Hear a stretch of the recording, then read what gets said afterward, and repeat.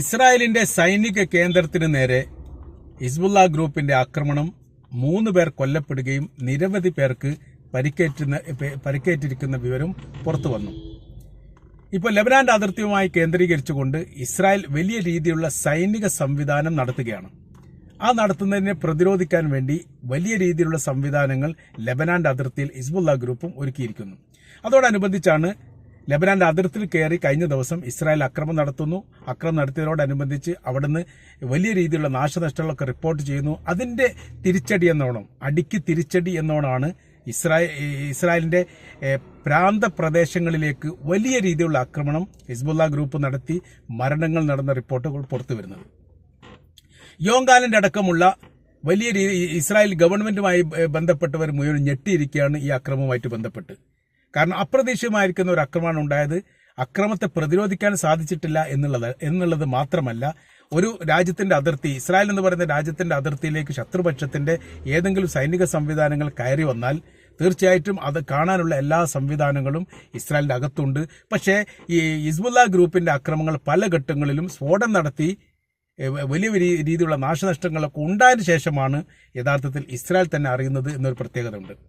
നിലവിൽ ഒരു ഭാഗത്ത് ലെബനാനുമായിട്ടുള്ള യുദ്ധം അവസാനിപ്പിക്കാൻ അല്ലെങ്കിൽ യുദ്ധം തുടങ്ങാതിരിക്കാനുള്ള വലിയ ശ്രമങ്ങളും വലിയ പരിശ്രമങ്ങളൊക്കെ നടന്നു വരുന്നു. എന്നാൽ അതിനോടനുബന്ധിച്ച് മറ്റൊരു ഭാഗത്ത് ഇസ്രായേൽ ഗവൺമെന്റിനെ സംബന്ധിച്ചിടത്തോളം ലെബനാന്റെ അതിർത്തിയിൽ സൈന്യങ്ങളെ വിന്യസിച്ചുകൊണ്ട് വലിയ രീതിയിൽ പ്രാക്ടിക്കൽ നടക്കുന്ന വിവരങ്ങൾ പുറത്തു വരുന്നു.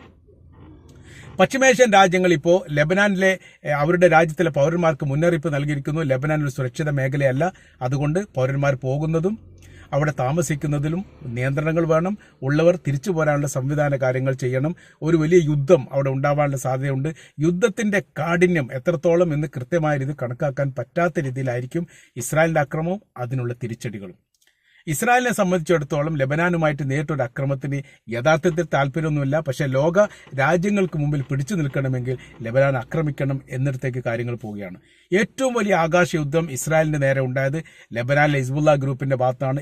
വലിയ നാശങ്ങളും വലിയ നഷ്ടങ്ങളും ഉണ്ടായി എന്ന് മാത്രമല്ല, ഇസ്രായേലിന്റെ അകത്തുള്ള സൈനികപരമായിരിക്കുന്ന സംവിധാനത്തിന്റെ രഹസ്യങ്ങൾ ഡ്രോൺ ഉപയോഗിച്ചുകൊണ്ട് പകർത്തി അത് റെക്കോർഡ് ചെയ്തുകൊണ്ട് ലോകത്തിന് മുൻപിൽ അവതരിപ്പിച്ചു എന്നുള്ള വലിയൊരു നാണക്കേടാണ് ഇപ്പൊ ഇസ്രായേൽ അനുഭവിക്കുന്നത്. അതിനുള്ളൊരു തിരിച്ചടി തീർച്ചയായിട്ടും ഉണ്ടാവും എന്നുള്ളതിന്റെ മുന്നറിയിപ്പ് ഇതിന്റെ മുൻപ് തന്നെ യോങ്കാലിന്റെ നൽകിയിരുന്നു. നിങ്ങൾ ചെയ്തത് അത് ചെറിയ കാര്യമാണ് എന്ന് നിങ്ങൾ മനസ്സിലാക്കേണ്ട, അതികഠിനമായിരിക്കുന്ന കാര്യമാണ് എന്ന തരത്തിലാണ്. തങ്ങളുടെ നേരെ ആക്രമണം നടത്തിയാൽ തീർച്ചയായിട്ടും വലിയ രീതിയിലുള്ള തിരിച്ചടി ഉണ്ടാവുമെന്ന് യഥാർത്ഥത്തിൽ ഇതിനു മുൻപ് തന്നെ ഹിസ്ബുള്ള ഗ്രൂപ്പ് പറഞ്ഞിരിക്കുന്നു. ഇറാനെ സംബന്ധിച്ചിടത്തോളം വലിയ രീതിയിലുള്ള സഹായം ഹിസ്ബുള്ള ഗ്രൂപ്പിന് നൽകുന്നുണ്ട് എന്ന് പ്രാദേശികമായിരിക്കുന്ന ഇസ്രായേലിന്റെ മീഡിയകളൊക്കെ റിപ്പോർട്ട് ചെയ്യുന്നു. ഹിസ്ബുള്ള ഗ്രൂപ്പ് എന്ന് പറയുന്ന വിഭാഗത്തിന് മാത്രം ഒരു രാജ്യത്തെ ആക്രമിക്കാൻ വേണ്ടി സൈനിക സംവിധാനമില്ല, എന്നാൽ വലിയ രീതിയിലുള്ള സഹായം നൽകുന്നുണ്ട്. അത് ഇറാൻ മാത്രമല്ല, ഇറാനെ പിന്തുണക്കുന്ന മറ്റ് രാജ്യങ്ങളും ഈ സഹായം നൽകുന്നുണ്ട് എന്നുള്ളത് ഏറെക്കുറെ ഉറപ്പാണ്.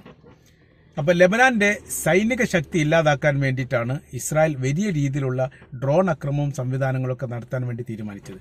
പക്ഷേ ലെബനാന്റെ അതിർത്തി കടന്നുകൊണ്ട് ഒരു ഡ്രോൺ പരീക്ഷണം നടത്താൻ നിലവിൽ ഇസ്രായേൽ ശ്രമം നടത്തുന്നില്ല എന്ന റിപ്പോർട്ട് പുറത്തു വരുന്നു. അതിനൊരു പറയുന്ന കാര്യം, ഏതാനും ആഴ്ചകൾക്ക് മുമ്പ്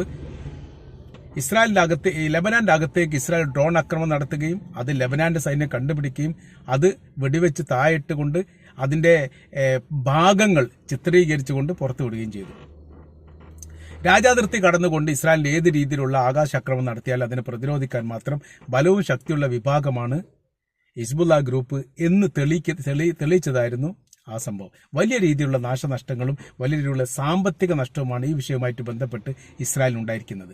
ഒരു ഡ്രോൺ എന്ന് പറഞ്ഞാൽ അതിന്റെ വില കണക്കാക്കാൻ പറ്റില്ല, അതാണ് തകർന്നിരിക്കുന്നത് എന്ന തരത്തിലൊക്കെ ആയിരുന്നു അതുമായിട്ട് ബന്ധപ്പെട്ട് യൂറോപ്യന്മാർ തന്നെ ആ റിപ്പോർട്ട് പുറത്തു കൊണ്ടുവന്നിരുന്നത്.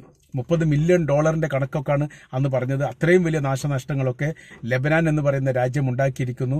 നിസ്സാരമായിരിക്കുന്ന അല്ലെങ്കിൽ ചെറിയൊരു രാജ്യമായിട്ടോ ചെറിയൊരു സൈനിക ശക്തിയായിട്ടോ ലെബനാനിലെ ഹിസ്ബുള്ള ഗ്രൂപ്പിനെ കാണേണ്ടതില്ല. അവർ സർവ്വശക്തിയുള്ളവരാണ്, വലിയ രീതിയിലുള്ള മുന്നേറ്റം നടത്താൻ വേണ്ടിയിട്ട് പ്രാപ്തിയുള്ളവരാണ്. വലിയ സൈനിക സംവിധാനം അവരുടെ കൈവശത്തിലുണ്ട്. 1,00,000 സൈനികരെങ്കിലുമാണ് പറയപ്പെട്ടത്. മറ്റുള്ള മുസ്ലിം രാജ്യങ്ങൾ ഇനി ലെബനാനെ പിന്തുണച്ചുകൊണ്ട് മുന്നോട്ട് വരും എന്നുള്ള അഭിപ്രായം ഇതോടനുബന്ധിച്ച് വരുന്നു. എന്ന് വെച്ചാൽ 1967 അറബ് ഇസ്രായേൽ യുദ്ധത്തിന് സമാനമായിരിക്കുന്ന ഒരു സാഹചര്യങ്ങൾ അവിടെ ഉരുണ്ടുകൂടുന്നു. ലെബനാനോടൊപ്പം ചേർന്നുകൊണ്ട് മറ്റുള്ള രാജ്യങ്ങളുടെ സൈനികർ ഉണ്ടാവാനുള്ള സാധ്യതയുണ്ട്.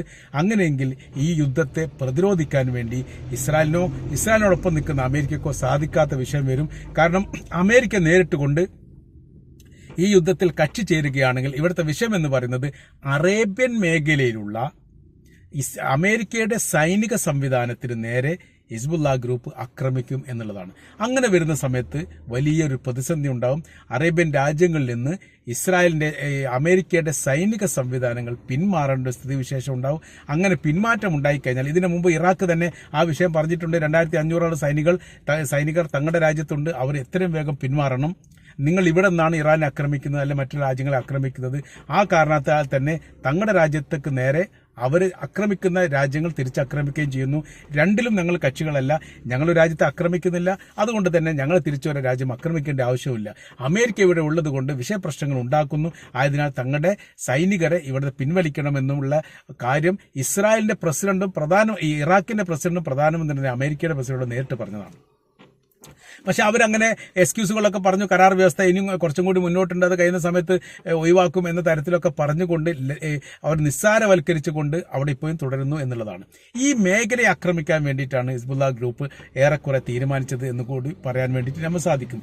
അതിന് ജോർദാനിൽ പ്രവർത്തിക്കുന്ന അമേരിക്കയുടെ സൈനിക ക്യാമ്പിനെ 2 മാസം മുമ്പ് ഹിസ്ബുള്ള ഗ്രൂപ്പ് ആക്രമിക്കുകയും അവിടെ 2 അമേരിക്കൻ സൈനികർ കൊല്ലപ്പെട്ട ഒരു സംഭവം ഉണ്ടായിരുന്നു. അതോടുകൂടിയാണ് അമേരിക്ക ഞെട്ടിയിരിക്കുന്നത്.